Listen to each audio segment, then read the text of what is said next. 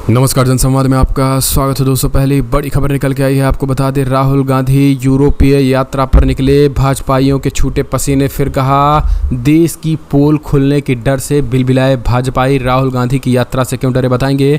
दूसरी खबर निकल के आई है, शिवराज सरकार का एक और नया भ्रष्टाचार आया सामने। महाकाल लोक के उद्घाटन में भेजे गए 70 ट्रक गमले लापता। कांग्रेस भड़की, कांग्रेस ने पूछ लिए कई कड़वे सवाल। तीसरी खबर में आपको बताएंगे, कांग्रेस पार्टी पहुंची चुनाव आयोग। चुनाव से ठीक पहले दिग्विजय सिंह ने कहा 1000 से कम हार जीत पर दोबारा काउंटिंग का दिया सुझाव। कहा बीजेपी वरना कर सकती है खेला। चौथी खबर में आपको बताएंगे दोस्तों, बिग ब्रेकिंग, जहां महाराष्ट्र कांग्रेस भारत जोड़ो यात्रा की वर्षगांठ पर निकालेगी पदयात्रा। सभी जिलों में होंगे कार्यक्रम, बताएंगे कांग्रेस पार्टी क्या क्या है पूरी तैयारी। अगली खबर में आपको बताएंगे दोस्तों, राजस्थान में शिवराज अशोक गहलोत ने किया टीचर्स को लेकर बड़ा ऐलान। क्या है पूरा मामला, इसके बारे में आपको बताएंगे। और बताएंगे कैसे रेहड़ी पटरी वाले हिंदू और मुस्लिमों के लिए अरशद मदनी ने 40 लाख रुपए की कैसे क्यों और की है मदद, ये भी हम आपको बताएंगे। सब कुछ खबरें एक एक करके जान लेना बेहद ज़रूरी है। जहां मुजफ्फरनगर की टीचर ने जो खास करके हमले किए थे, वो मामला सुप्रीम कोर्ट पहुंचा, उन पर FIR की मांग, तो एक एक करके विस्तार से बताएंगे। लेकिन उससे पहले एक छोटा सा निवेदन, अगर आपने चैनल को सब्सक्राइब नहीं किया तो पल पल के अपडेट के लिए चैनल को सब्सक्राइब करना ना भूले। और मराठा आरक्षण कैसे हड्डी गले की फांस बन रही है शिंदे सरकार पे, तो वो भी बताएंगे। लेकिन ज़्यादा से ज़्यादा चैनल को सब्सक्राइब करें। दरअसल पहली जो बड़ी खबर निकल के आई है दोस्तों, यही है कि शिवराज के भ्रष्टाचार की एक और नई पोल खुली। कांग्रेस हुई हमलावर। महाकाल लोक के उद्घाटन में भेजे गए 70 ट्रक लापता। दरअसल भारतीय जनता पार्टी के एक से एक खुलासे होते नजर आ रहे हैं। महाकाल लोक के उद्घाटन समारोह में अक्टूबर में उज्जैन भेजे गए 70 ट्रक गमले लापता हो गए। इन गमलों को नगर निगम के उद्यान विभाग ने उज्जैन भेजा था। कार्यक्रम के बाद इन्हें वापस इंदौर नगर निगम लाया जाना था, लेकिन इन्हें आज तक नहीं लाया गया। आपको बता दें, यहाँ तक कि नगर निगम के उद्घाटन विभाग ने तो इन गमलों और उनमें लगे पौधों को उज्जैन भेजने वापस लाने के बारे में रिकॉर्ड ही नहीं है।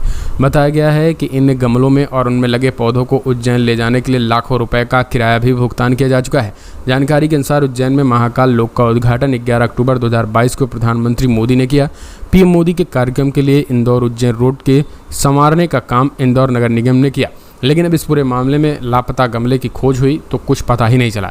कांग्रेस पार्टी ने इसे भ्रष्टाचार बताते हुए बड़ा हमला बोला। शिवराज के भ्रष्टाचार की नई खेप, महाकाल लोक भेजे गए 70 ट्रक गमले गायब। उन्होंने कहा कि शिवराज जी कम से कम भगवान को तो छोड़ देते। भ्रष्टाचार है जिनकी पहचान, नाम है उनका शिवराज सिंह चौहान। दूसरी खबर में आपको बताएंगे दोस्तों, जहां राहुल गांधी यूरोप की यात्रा पर रवाना, प्रवासियों से करेंगे मुलाकात। बीजेपी की पेट में उठा दर्द। दरअसल आपको बता दें, कांग्रेस नेता राहुल गांधी यूरोप की करीब एक सप्ताह की यात्रा के लिए मंगलवार को रवाना हो गए और इस दौरान वो यूरोपीय यूनियन के वकीलों, छात्रों और भारतीय प्रवासियों के साथ मुलाकात करेंगे। सूत्रों ने यह जानकारी दी और उन्होंने कहा कि राहुल 7 सितंबर को ब्रसल्स में यूरोपीय संघ के वकीलों के एक समूह में मिलेंगे और हेग में भी इस तरीके की एक बैठक करेंगे। लेकिन राहुल के इस दौरे से भारतीय जनता पार्टी के चरण चम्मुकों के पसीने छूटे हैं। उनका कहना है कि राहुल गांधी अब एक बार फिर से भारत की जो है बेइज्जती कराएंगे। यानी उनका कहना है कि राहुल गांधी फिर से भारत की बेइज्जती कराएंगे और इस तरीके की चीज़ें जो है वो उनका कहना है। फिलहाल कमेंट्स माध्यम से अपने सुझाव दें। अगले एक और अपडेट, चुनाव आयोग से मिला कांग्रेस प्रतिनिधिमंडल कम से कम 1000 से कम हार जीत पर दोबारा काउंटिंग का दिया सुझाव। मध्य प्रदेश से बड़ी खबर। दरअसल मध्य प्रदेश में इस साल के आखिरी में विधानसभा चुनाव होने वाले हैं। ऐसे में इससे पहले आपको बता दें, खर्चों के लेकर के कांग्रेस ने भारतीय चुनाव आयोग से 39 भाजपा उम्मीदवारों द्वारा किए जा रहे खर्च को उनके चुनाव खर्च में जोड़ने की अपील की है, जिनके नामों की घोषणा पार्टी कर चुकी है। बीजेपी ने अब तक प्रदेश की कुल 230 विधानसभा सीटों में से 39 सीटों पर अपने उम्मीदवारों के नाम घोषित कर दिए हैं। ECI ने अभी तक राज्य में चुनाव की तारीखों का ऐलान नहीं किया है। कांग्रेस नेता ECI से संबंधित मामलों के पार्टी प्रभारी JP धनोपिया ने कहा है कि राज्यसभा सदस्य दिग्विजय सिंह के नेतृत्व में कांग्रेस के एक प्रतिनिधिमंडल ने सोमवार शाम मुख्य चुनाव आयुक्त राजीव कुमार और अन्य अधिकारियों के साथ बैठक की और पार्टी के सुझाव सौंपे। सुझाव पत्र में कांग्रेस ने दावा किया है कि चुनाव पहले होंगे और केवल आदर्श आचार संहिता लागू होनी बाकी है। तो सीधे तौर पर जो है वो इस चीज़ें निकल के आ रही हैं। इस पूरे मामले में उन्होंने कहा कि 1000 से जहां कम हार जीत होगा वहां दोबारा रिकाउंटिंग होगी। एक और अपडेट निकल के आई है दोस्तों, बड़ी खबर मेवात रेहड़ी पटरी और ठेला लगाने वाले दंगों पीड़ितों में मौलाना अरशद मदनी ने दी 40 लाख रुपए की मदद। लाभान्वित होने वाले हिंदू और मुसलमान दोनों शामिल हैं।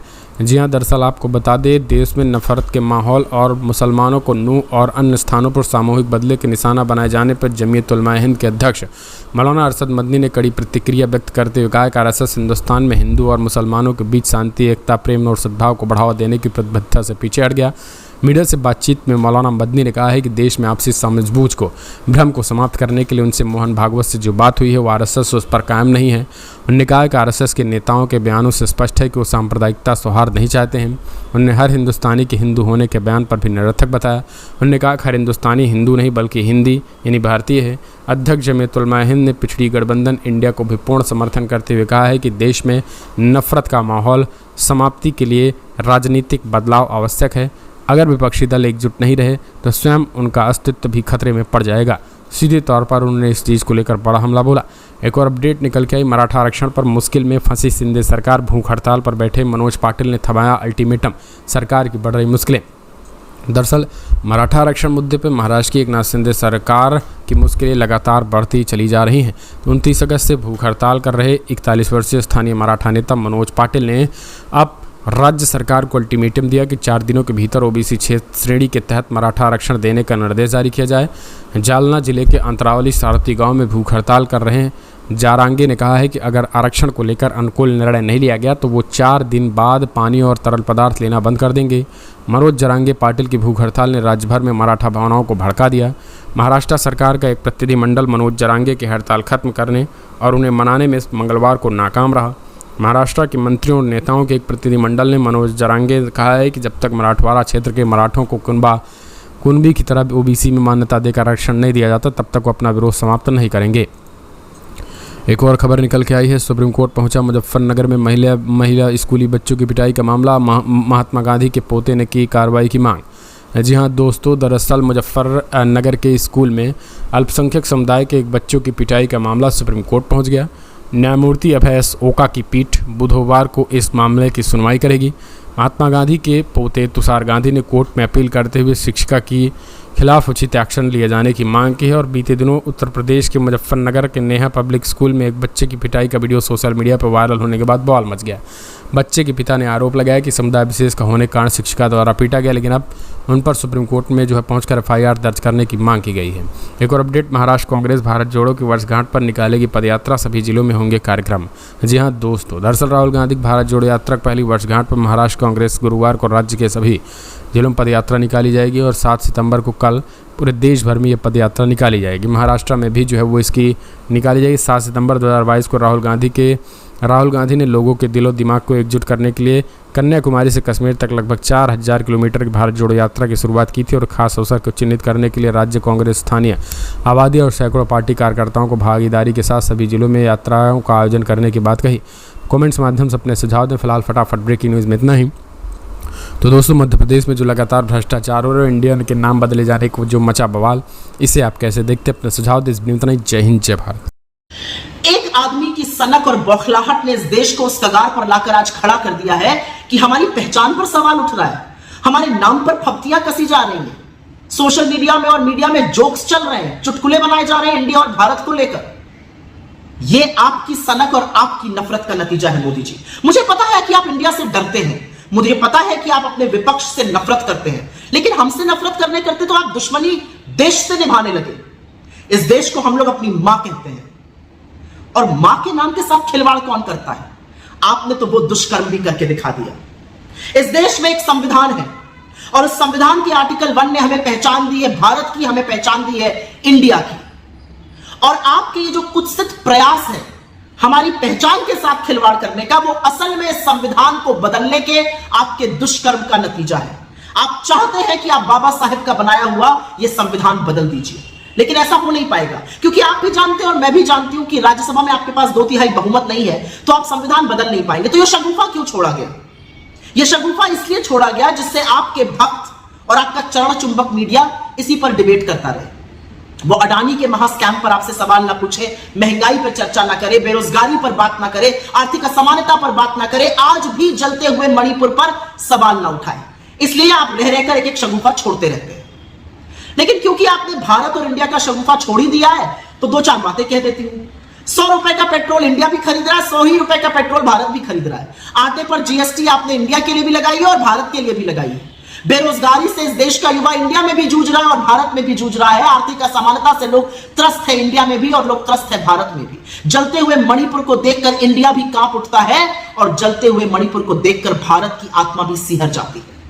और अडानी के आपके नाक के नीचे पनपते हुए महाघोटाले पर इंडिया भी सवाल उठाता है और भारत भी आपसे जवाब चाहता है। तो सबसे पहले तो विभाजन की, नफरत की इस राजनीति से निकलिए, अपनी सनक, अपनी बौखलाहट छोड़िए और कृपया करके यह हाथ जोड़कर करबद्ध निवेदन है आपसे, इस देश को अपनी बनाई हुई महंगाई से, अपनी बनाई हुई बेरोजगारी से, अपनी लगाई हुई नफरत की आग से, अपनी बनाई हुई आर्थिक असमानता से, अपने बनाए हुए अडानी के महाघोटाले से बख्श दीजिए इंडिया और भारत दोनों को। और आप किससे मुकाबला करने चले हैं? आप इंडिया बनाम भारत करिएगा। अरे हम वो लोग हैं जहां पर हमारे नेता ने 4000 किलोमीटर इस देश के पैदल नाप दिए कन्याकुमारी से कश्मीर, जिससे कि भारत जुड़ा रहे। भारत जोड़ो यात्रा आपको जवाब है आपकी नफरत और आपकी कुत्सित राजनीति का। और जब हम कहते हैं जुड़ेगा भारत और जीतेगा इंडिया, तो आपकी बौखलाहट, आपकी घबराहट स्वाभाविक है। भारत माता भी हमारी है, इंडिया भी हमारा है, क्योंकि आप लोगों ने और आपके पूर्वजों ने तो ना इंडियन इंडिपेंडेंस की वॉर लड़ी और ना भारत की स्वाधीनता संग्राम में धेले का योगदान किया। आप तब भी अंग्रेजों के साथ खड़े थे और तब भी कंस्पिरेसी करते थे। आज भी इस देश के 140 करोड़ लोगों के खिलाफ आपके ये जो प्रयास हैं वो कंस्पिरेसी हैं, वो साजिश है, वो षड्यंत्र है लोगों के खिलाफ, लोगों को उनके मुद्दों से विमुख रखने का। जाते जाते एक ही बात कहूंगी मोदी जी, जिसके दिल में अपने देश के लिए प्यार है, जिसका दिल इस देश के लिए धड़कता है, उसको आप किसी भी नाम से बुलाइए। उसका दिल, उसका जमीर हिंदुस्तान के लिए है, इंडिया के लिए है, भारत के लिए है। और यह असलियत ना आप समझ सकते हैं ना आप बदल सकते हैं, क्योंकि आप एक घबराए, बौखलाए, डरे हुए और सन की तानाशाह से ज्यादा अब कुछ नहीं रह गए।